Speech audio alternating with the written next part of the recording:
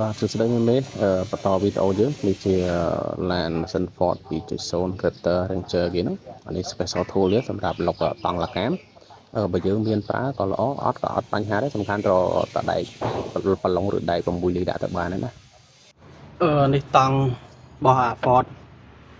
Ranger Raptor យើងដាក់នេះចំនេះបញ្ចំណាបាទកាលនេះក៏បញ្ចំដែរ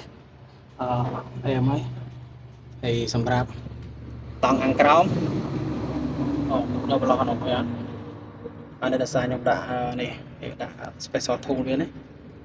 យ៉ាស្តង់ដារចំឲ្យអត់ខុសអត់លេងទេចំប៉ក់ហ្មងអូខេហើយ